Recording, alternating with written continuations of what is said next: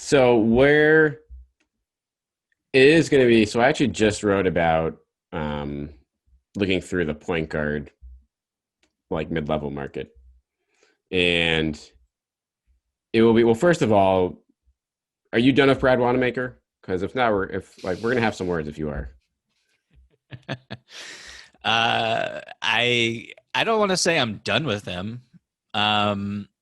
Like what money are we talking about? Is he coming back in on a Yeah, veterans like minimum veterans contract? minimum or slightly above the veterans minimum. So like, I don't think he's gonna get much more than the veterans minimum, to be honest. So it's like that he can be restricted if the Celtics want him to be. Um, and I can't imagine him costing in this market costing more than the veterans minimum. Like he played well, but not well enough to get like a serious like long-term contract.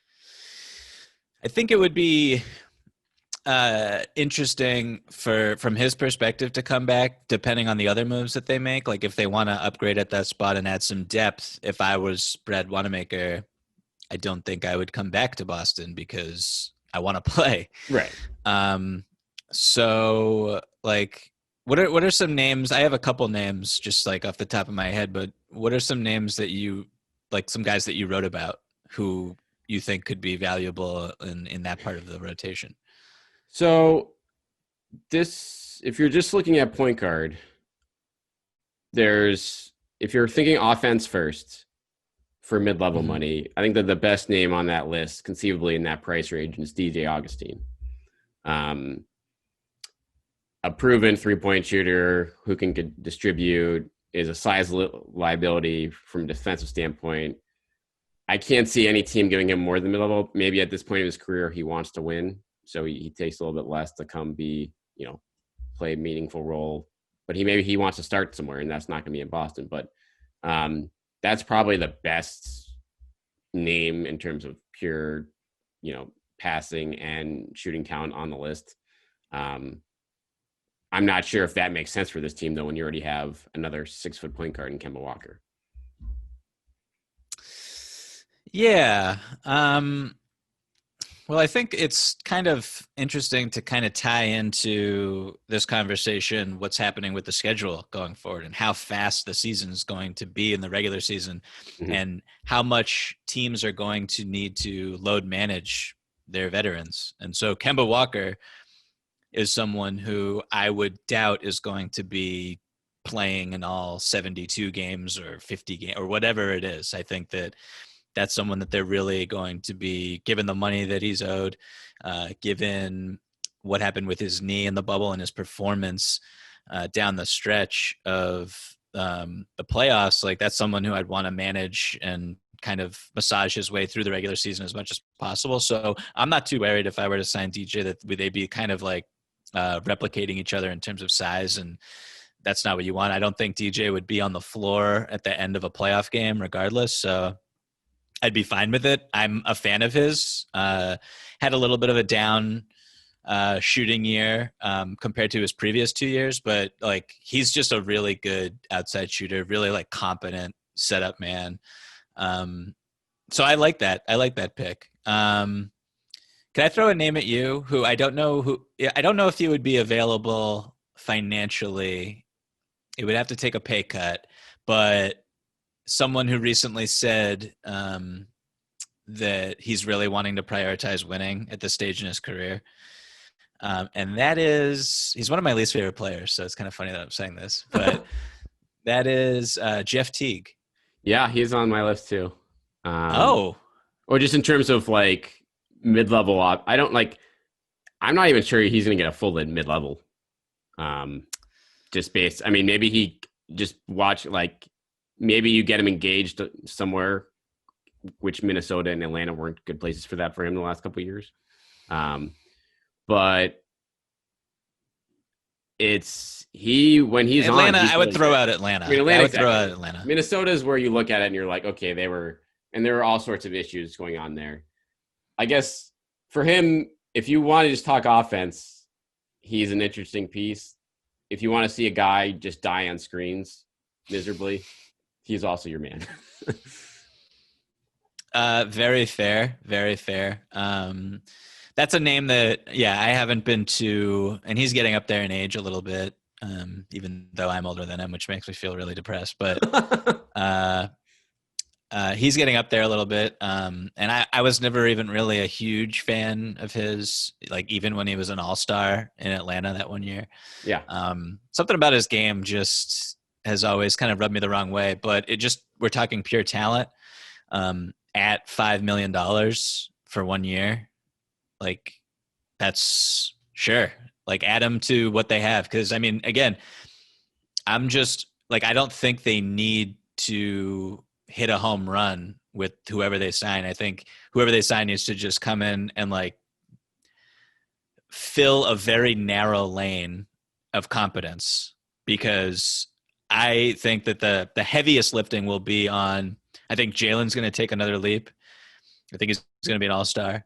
And I think that Tatum's going to take like a sizable leap. So like the heavy offensive, like I don't need Jeff Teague to come in and take 10 shots a game. Right. Like I don't. So that's the kind of guy, you're right, that won't be stealing shots from the guys you want. Like he can shoot, but he doesn't necessarily want to shoot. He wants to pass first, which works here. And so before we go into more names, like I think the more interesting thing to me in terms of like where you want to use this money heading into free agency if you're the Celtics is like, I don't mind Marcus Smart, the point guard, either. And so part of me wonders like, okay, if you're bringing another point guard, then that kind of pushes Marcus off the ball more on offense. Or, I mean, you obviously, it's never bad to have multiple ball handlers on the floor, but it pushes him, a guy like Teague would push him away from primary ball handling duties when he is on the floor. And I'm not sure I want that. Like with Smart, like I would almost be just as well being like, all right, Smart, I want you going back to running the pick and roll and setting up guys, because you're pretty good at it when that was your main focus. But it is at the same time, it's nice to have that flexibility when you're managing Kemba, to have the extra pure ball handler that you can slot in there, and then you can keep Smart coming off the bench if you want. Well, I have two other names then that are kind of different skill sets, but are functionally similar positions. One would be Austin Rivers, who I don't know if you're. What's up? Player option for him? The max for Austin Rivers. I like his. I don't know what his market's going to be, and his situation coming out of Houston, and he played a very specific type of basketball the past couple of years, and it would be a very different brand in Boston. But he's a bucket getter, really good 3-point shooter, or pretty good 3-point shooter. And like that's someone who can play off the ball, has a lot of experience playing off the ball in minutes with James Harden. And I don't know, I really liked him the last couple of years watching Houston as closely as I did. And like, I thought that it was a mistake Mike D'Antoni made not to close games with Austin Rivers. I thought he was one of their better, what he does for you dynamically is really important. And he's a pretty solid defensive player who gets after it. He's not a bad defender by any means. So I like Austin Rivers. And then also someone who's kind of just a little slighter, but a really good shooter and can come off pin downs and stuff. And you can play Marcus Smart at the point guard spot and have him handle the ball a lot, is Langston Galloway, who he's just a really good shooter, and you can't have enough shooting in today's league. So that's someone else I would look at and see kind of what's going on there and if they would have any interest.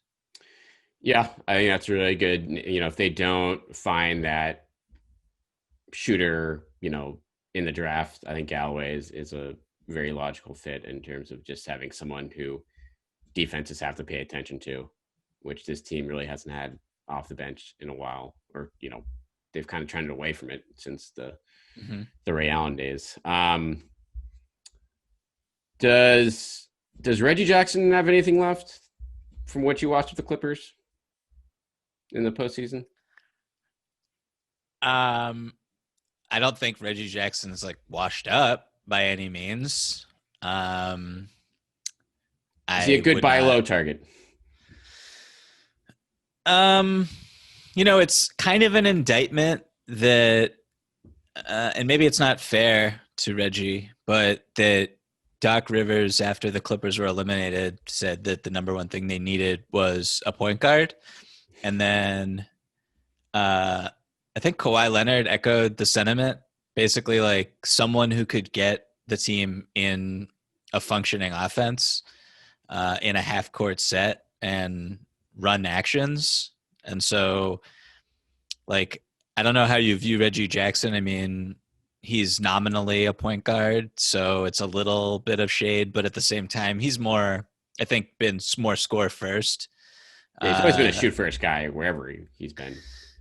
right. And I think but I mean, he's an okay shooter. And as a spot up threat, he was pretty good with the Clippers after they got him.